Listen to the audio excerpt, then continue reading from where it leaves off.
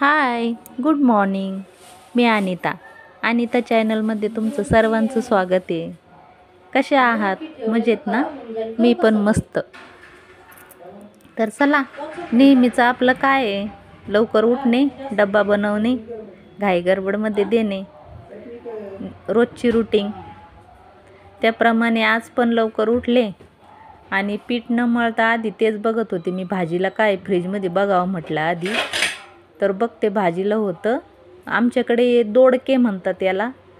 दोडके म्हणतं, कोणी कोणी घोसाळे पण म्हणतात बरं का, पण आम्ही दोडके म्हणतो. तुमच्याकडं काय म्हणतात ह्या भाजीला कमेंटमध्ये नक्की सांगा. 2-3 होते, त्यामधलं एक खराब आहे बरं का. 2 चांगले आणि एक छोटंसं चांगलं निघालं आहे.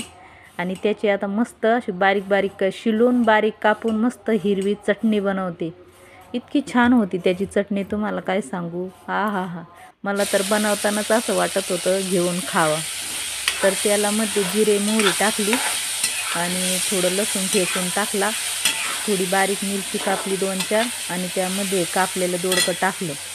ते चांगलं सॉफ्ट होईपर्यंत हालून घेतलं आणि मग त्यामध्ये थोडंसं कांदा लसूण धना पावडर मीठ हळद नाही टाकली बरं का, आणि फ्राय करून घेतलं. इतकी छान भाजी झाली तुम्हाला काय सांगू.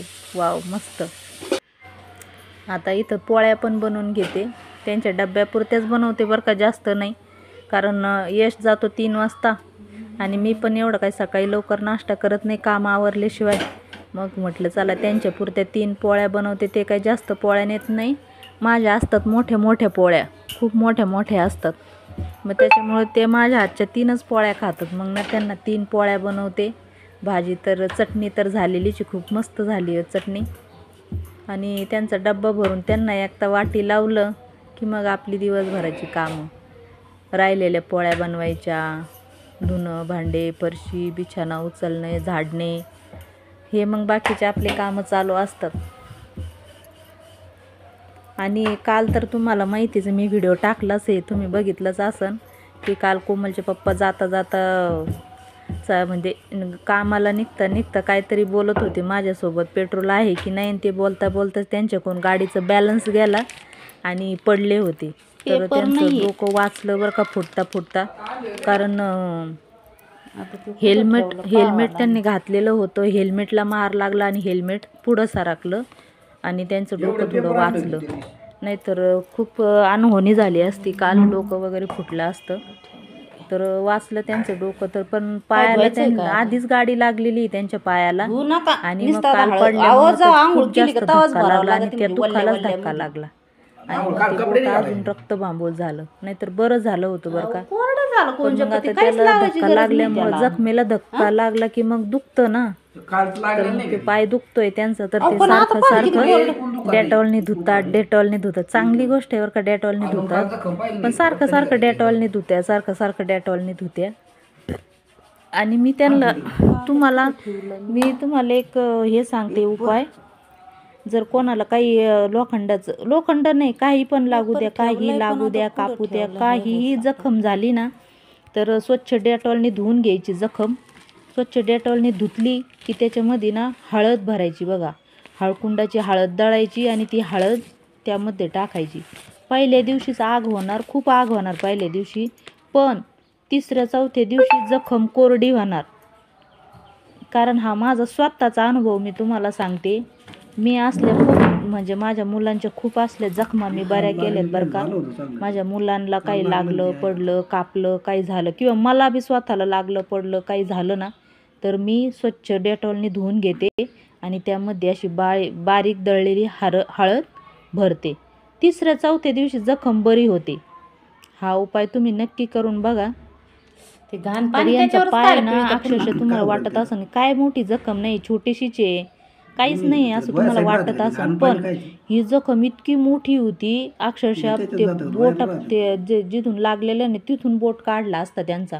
कारण त्यांना 5 ते 6 टाके पडले होते आणि इतकी खोलवर जखम होती. ही इतकी खोलवर होती ना, तर तुम्ही बघू बी शकत नव्हते. खूप खोलवर होती. पण मी त्यांना आठ कारण त्यांची जखम खोल असल्यामुळं आता बरं व्हायला उशीर लागतोय. कारण 8 दिवस बरोबर 8 दिवसापासून मी त्यांना डेटॉलने धुवून त्यात हळद भरायला लावते. हे बघा कशी मस्त हळद भरली त्यांनी. मग हळद भरली का दिवसभर मस्त काम करतात ते कंपनीमध्ये. संध्याकाळी आले की पुन्हा उजून डेटॉलने गरम पाण्याने धुतात, मग पुन्हा डेटॉलने धुतात आणि मग पुन्हा त्यात हळद भरतात. तर मी जखम त्यांची टाके पडलेली जखम मी 8 दिवसात बरी केलेली त्यांची. ते स्वतः तोंडाने मला म्हणतात की तुला आधी सांगता नाही आलं का? अहो मी म्हटलं मी तुम्हाला रोज सांगत होते ना, पण तुम्ही ऐकलं नाही. मी त्यांना रोज सांगत होते. अहो ते ना जसं ते टाके दिलेत का तशी पट्टी पट्टी पट्टी करून मी असं कोणाला नाव ठेवीत नाही बरं का, पण त्यांनी पट्टी करून करून करून सगळी ती जखम इतकी चितगळली होती ना, इतकी अशी गिजगिज झाली होती. पार लगेच बोट सडायला आलता, ते पाय सडायला आलता त्यांचा. तर त्यांना मी पट्टी करायचं बंद केलं. म्हटलं पट्टी आता अजिबात करायची नाही. पट्टी करायचं बंद केलं आणि मोकळा पाय ठेवला उघडा नाही का हवेला, आणि मग हळद भरायला लावली. तर बघा त्यांचा 8 दिवसात पाय एकदम क्लिअर झाला, बरा झाला. ते स्वतः म्हणते पाय माझा अजिबात दुखत नाही, पण जर असं हे वाटलं तर मी त्यात हळद भरतो. तर मी म्हणते काय हरकत नाही, हळद भरत जा. तर आता निघाले कोमलचे पप्पा हळद वगैरे भरून कामाला, आणि मला म्हणतात की मी जर कंपनीमध्ये दुपारी जेवणाच्या सुट्टीत जर बसलो तर तिथं कंपनीत बी डेटॉल आहे, मी त्यांना जर धुतलं पितलं तर मला हळद टाकायला पुडीमध्ये हळद दे. तर त्यांना पुडीत हळद दिली तर ते बघा ते म्हणते का एवढी मोठी काय पुडी दिली, छोटी बांधायची ना, एवढा मोठा राडा द्यायचा आहे का? तर त्यांना सदा कदा असं नाव ठेवायलाच द्या बरं का, सदा नाव ठेवायला द्या. तर त्यांनी माझ्या हातातून घेतली, स्वतःच्या हातानं कागद फाडून बिडून अशी छोटीशी पुडी तयार केली आणि ती आता खिशात घालून नेणार. कोमलच्या पप्पाचं तर आयुष्य नाव ठेवण्यामध्येच गेलं. जेवायला काही बनवलं भाजीला नाव ठेवणार, चपात्याचं काही झालं चपात्याला नाव ठेवणार, काही ना काही नाव ठेवण्यातच त्यांचं आयुष्य चाललंय. तर चला कोमलचे पप्पा निघतात ते ड्युटीला. मी आता गेट वगैरे लावून घेते, दुकानात होते कारण गेट उघडं असलं तर ते कुत्रे वगैरे आतमध्ये येतात आणि सगळा कचरा सांडून टाकतात, सगळी बकेट पालती करून देते. त्याच्यामुळे 24 तास गेट लावावं लागतं. तर गेट वगैरे लावते. हौदात पाणी वगैरे आहे का नाही ते पण बघावं लागन, कारण आज मला असं वाटतं काल आलेलं, काल आलं होतं. तसं पाण्याचं काही प्रॉब्लेम नाही बरं का, पाणी आम्हाला भरपूर असतं, म्हणजे हौद गच्च भरलेलाच असतो कायम. वरती टाकी भरलेली असते, हौद पण भरलेला असतो. अहमदनगरला पाण्याची काहीही टंचाई नाही, भरपूर पाणी आहे, त्याच्यामुळे पाण्याचा काही प्रश्नच नाही आहे. तर चला कोमलच्या पप्पाला वाटी लावून पाणी वगैरे बघू, गेट वगैरे लावू आणि थोडंसं रेस्ट करू, कारण आता मी राहिलेल्या पोळ्या आहे ना नंतर करणारच नाही आहे. मला असं वाटतं यश निघाला का 3 गरम पोळ्या त्याला बनवीन, आता काय बनवणार नाही. आता त्यांना वाटी लावून फक्त रेस्ट करणार आहे. मी करते आता रेस्ट, तोपर्यंत बाय बाय.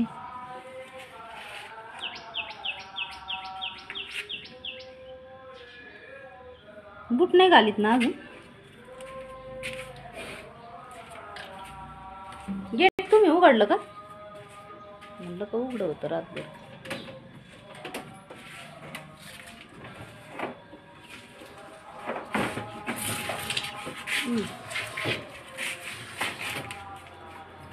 मला असं ठेवलं मी त्या म्हणून झालं.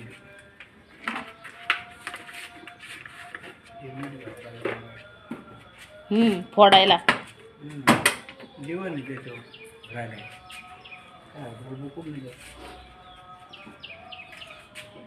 1000चं आहे का ते? 2000चं आहे. अहो येडे झाले का? 2000चं TV एसटी तिथून गेले आपण. अरे देवा, अहो 2000चं हे हेल्मेट.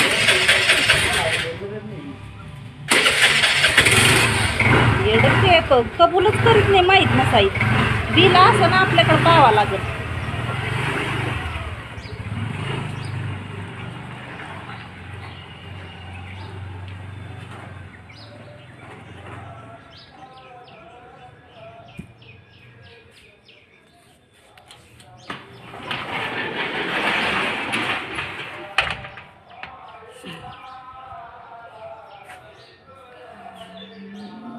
गेट लावलंय,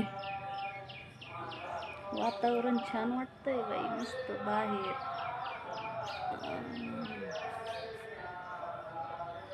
JCP, दारातच JCP 2-3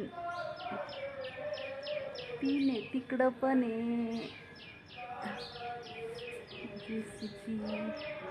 किती मस्त वाटतंय. पक्षी पक्षी पक्षी.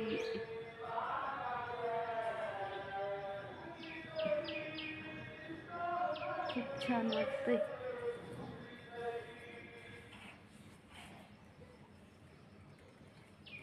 आणि हा आपला बंगला भाड्याचा असो पण आपण राहतो ना त्या बंगल्यामध्ये. हा आपला बंगला.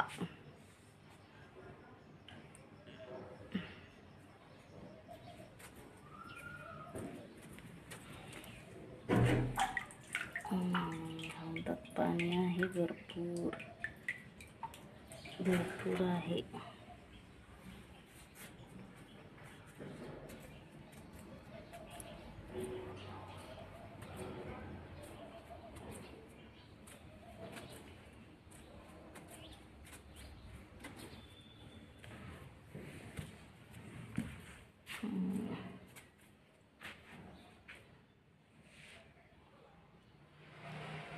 सात वाजता गेले कोमलचे पप्पा. नाही, 6:45 ही घड्याळ 15 मिनटं पुढं आहे. 15 नाही 10 मिनटं पुढं आहे. 6:45ला गेलीत. यश झोपलेला आहे. 12:30 वाजता आला. झोपलेला आहे यश. बिछाना उचलावा लागेल. हा आता कोमलच्या पप्पांच्या पायाला गाडी लागलेली आहे. गाडी लागलेली तर काल गाडी उजून गाडीवरून पडले तर अजून ती जखम जास्त हे झाली. त्याला हळद स्वच्छ धुवून, डेटॉलने स्वच्छ धुवून हळद भरून जखम बरी केली. आणि पुन्हा काल थोडंसं पायाला लागलंय तर अजून जखम थोडी हे झाली.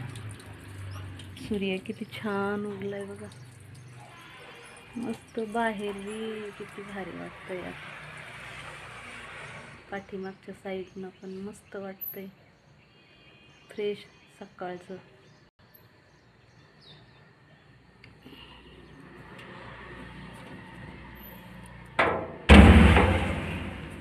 राहिलेल्या पोळ्या मी आता नंतर करन.